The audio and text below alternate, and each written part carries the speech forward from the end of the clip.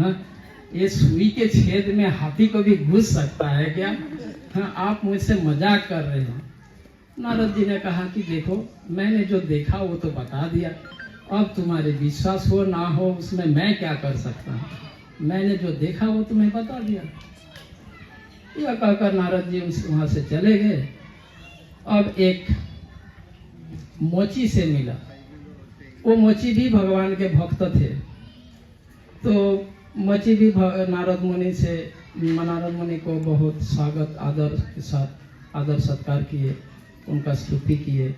और वही सेम प्रश्न वो मोची भी नारद जी से पूछा कि आप भगवान के धाम तो जाते रहते हैं, आप इस बार जब भगवान से मिलकर आए, भगवान क्या कर रहे थे, यह पूछा। तो वो मोची से ब्राह्मण ने कहा, जो ब्राह्मण को कहा वही बात बताया कि मैंने देखा कि भगवान ने एक हाथी को सुई के छेद में घुसा रहे और निकाल रहा है। यह सुनकर मोची दिव्य आनंद में नृत्य करने लगे।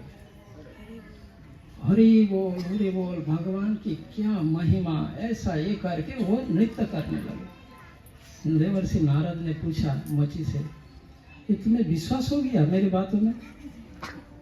नारद जी ने जब पूछा तो मोची ने कहा, क्यों नहीं, आप भगवान के महान भक्त हैं, भगवान से मिलते रहते हैं, आप जब कह रहे हो ये झूठ कैसे हो सकता है? और दूसरी बात, भगवान के लिए असंभव क्या हो सकता है? बरकत की जो बीज है, बरकत के जो पेड़ का जो बीज है, एक सरसों के दाना के माफिक, उससे भी छोटा। तो मोची ने कहा, इतने छोटे से बीज के अंदर इतने बड़े वृक्षों को जो डाल सकता है, तो सुई के छेद में हाथी घुसाना उसके लिए कौन सी बड़ी बात? मोची ने यह कहा। तो यह सुनकर नारद मुनि, उनकी यह विश्वास भगवान के प्रति, भगवान के भक्तों के प्रति, ये जो विश्वास श्रद्धा, तो नारद मुनि, इसके पहले की बात वो ब्राह्मण भी पूछा कि अच्छा छोड़ो, आप मजाक छोड़िए, आप ये बताइए कि मैं भगवान के पास कब जाऊंगा? नारद जी से पूछा था वो ब्राह्मण। नारद ने कहा, वहां पर एक इमली का पेड़ था जहां पे उनसे मिले थे। तो नारद जी ने कहा, देखो इस इमली की पेड़ में जितने पत्ते हैं, इतने करोड़ों वर्षों के बाद तुम भगवत धाम जाओगे। तो ब्राह्मण ने कहा, फिर से मजाक कर रहे हैं आप आज मजाक में मूड में हैं। हाँ, नारद ने कहा, देखो आपको मजाक लगे तो मैं क्या करूं, मेरे को जो कहना था मैं कह दिया। यह कहकर वहां से आ गए थे। और मच्छी से जब मिला और मच्छी का यह भाव देखकर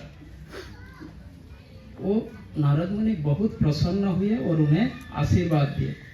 जब उन्हें आशीर्वाद दिए तो मच्छी ने नारद मुनि से पूछा कि हे देवर्षि, आप बताइए मैं भगवान के पास कब जा सकता हूँ? नारद जी ने कहा, ऐसे ही वो जो ब्राह्मण को कहा। यह सुनकर वो मुझी और आनंद विभोर भाव में नृत्य करने लगा। तब नारद जी ने पूछा मोची से, अच्छा तुम्हें विश्वास हो गया, इतने वर्ष, हजार करोड़ों वर्षों के बाद तुम भगवत धाम में जाओगे, ये सुनकर भी तुम इतना खुश हो रही हो? बोला, हाँ क्यों नहीं, ये तो खुश होने की बात है। तो कैसे? अभी आपने कह दिया, मतलब कंफर्म हो गया मेरा। आपकी बात तो कभी झूठ होगा नहीं। अब तक तो मेरे पास कोई कंफर्मेशन नहीं था, मैं कब जाऊंगा भगवान के पास। अब आपने कह दिया, चाहे कितना टाइम हो, पर कंफर्म तो हो गया, मैं जाऊंगा ही।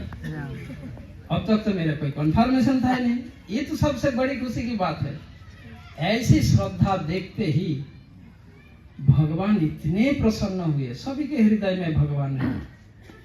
वो वृक्ष के पत्ते सारे झड़ गए, सूख गए, झड़ गए, और वो मोची के समक्ष भगवान प्रकट हो गए और गरुड़ के द्वारा उनको, उस मोची को अपने धाम में ले गए।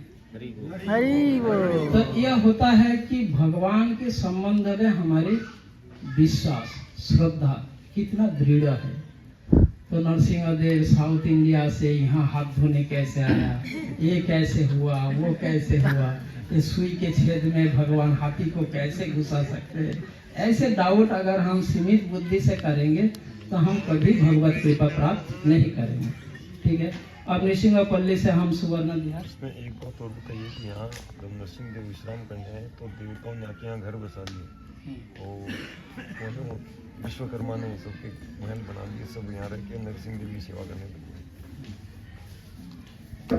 यहाँ पर नृसिंहपल्ली की एक सुंदर कथा भक्ति पुरुषोत्तम स्वामी महाराज एक पुस्तक निकाले हैं, हिंदी में भी है, मायापुर में शायद अवेलेबल है, आप लोग इसको कलेक्ट कर सकते हैं। नवद्वीप धाम की सभी जगह का महिमा का कथा वर्णन है, अच्छा है। आप यहाँ आए हो, अगर अवेलेबल हो कहीं भी किसी भी मायापुर में आप खरीद सकते हो, तो नवद्वीप आपके साथ साथ रहेंगे। ठीक है।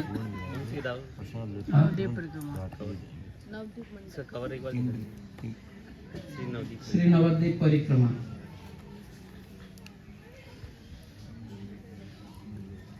तो नित्यानंद प्रभु जब जीव गोस्वामी और श्रीवास ठाकुर जी के साथ देवपल्ली गांव में और बढ़ते हैं, यह स्थान नृसिंहपल्ली के नाम से भी जाना जाता है। देवपल्ली जब भगवान नरसिंह देव वहां पे वो हाथ साफ करके वहां पर विश्राम कर रहे थे, तो वहां पर विश्वकर्मा जी स्वयं प्रकट होकर भगवान के लिए मंदिर बनाया और देवताओं वहां पर आगे भगवान की सेवा करने के लिए विश्वकर्मा द्वारा निर्मित एक नगर, एक सिटी बना लिया विश्वकर्मा ने। यहाँ पर सभी ने देवताओं के अतिथि के रूप में विश्राम किया और प्रसाद के रूप में दोपहर का भोजन स्वीकार किया। दिन के अंत में नित्यानंद प्रभु गांव की यात्रा पर चले गए। उन्होंने समझाया कि इस गांव में सतयुग के समय से भगवान नृसिंह देव जी का एक मंदिर है। प्रहलाद जी पर कृपा करने के लिए भगवान नृसिंह देव ने उनके पिता हिरण्यकशिपु को मार डाला, जो अपने पुत्र को अत्यधिक कष्ट दे रहा था। हिरण्यकशिपु को मारने के पश्चात नृसिंह भगवान इस स्थान पर आए और कुछ समय तक यहाँ विश्राम किया। यह जानकर कि नृसिंह भगवान यहाँ विश्राम करने आए हैं, सभी देवताओं ने, यहाँ तक कि ब्रह्मा जी ने भी यहाँ अपने अपने घर बनाए और इस तरह एक गांव की सृष्टि कर दी। उन्होंने एक छोटी पहाड़ी की चोटी पर मंदाकिनी नदी के किनारे अपने अपने घर बनाए और सभी भगवान की सेवा में व्यस्त हो गए। तब से नवद्वीप धाम का यह स्थान नृसिंह क्षेत्र के नाम से प्रसिद्ध हो गया। शास्त्र में इस स्थान को अति शुद्ध करने वाला स्थान कहा गया है। इससे पूर्व यहाँ बहुत सारी छोटी छोटी पहाड़ियाँ थी, जहाँ ब्रह्मा जी, सूर्यदेव, गणेश और इंद्र के घर स्थित थे। वहाँ बहुत से टीले थे जिन पर विश्वकर्मा ने पत्थर के सैकड़ों घर बनाए, लेकिन समय के साथ साथ मंदाकिनी नदी सूख गई और सारे घर नष्ट हो गए। अब वहाँ केवल छोटी छोटी पहाड़ियाँ हैं, लेकिन आप कोई पत्थर बिखरे देखेंगे जो विभिन्न देवताओं के मंदिरों के अवशेष है। ऐसा भी कहा जाता है कि नृसिंह भगवान ने मंदिर के बाद वाले तालाब में अपने हाथ भी धोए थे। कुछ समय पश्चात एक महान व्यक्ति या राजा आएगा और नृसिंह भगवान की कृपा से यह नृसिंह भगवान का मंदिर बनाएगा और भगवान की आराधना को पुनः आरंभ करेगा। यह स्थान नवद्वीप धाम की बाहरी सीमा को अंकित करता है, जो 16 कोस या 32 मील तक फैले हुए हैं। जय नृसिंहपल्ली की, भगवान नरसिंह देव की जय। यहाँ से हम सुवर्ण विहार चलेंगे।